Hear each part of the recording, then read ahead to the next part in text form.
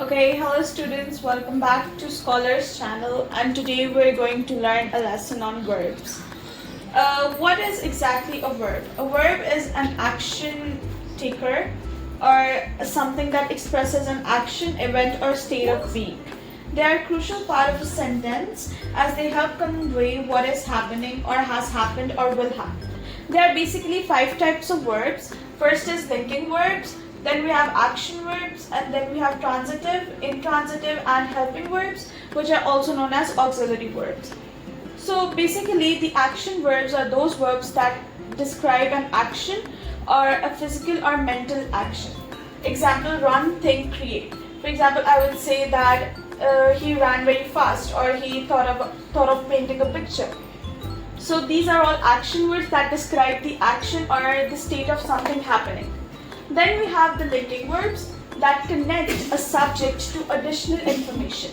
For example, an additional information would be seem or appear. It seemed to be a beautiful picture, or she appeared really enthusiastic, or she appeared really excited. That is what's an additional information. It's basically telling us something that is additional to something that is already existing. Next up we have is auxiliary verbs or helping verbs. Verbs that help form the tense, mood or voice of another verb. Example, will, would or have. Example, she will go to the party. We would have a picnic tomorrow, and we would have a party tomorrow, or I will see you tomorrow, I will see you the next day. These are the examples of helping verbs that actually escort one sentence to the other and help make an action in a reformed way. Next up we have our transitive verbs that actually are the verbs that take an object. Example, throw. Throw cannot be used alone. You have to add an object to it so that its meaning is complete. Example, throw a ball or write a letter.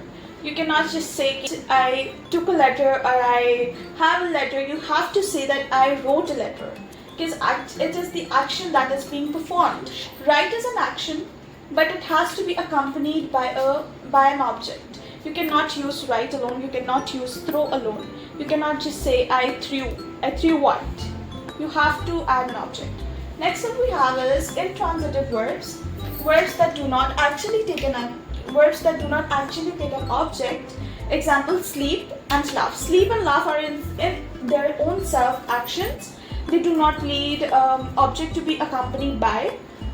They can be considered alone. They do not depend on objects. Sleep is an action, laugh is an sleep is an action, laugh is an action, sing is an action, and what else? Run is an action in itself. That means these all are intransitive verbs.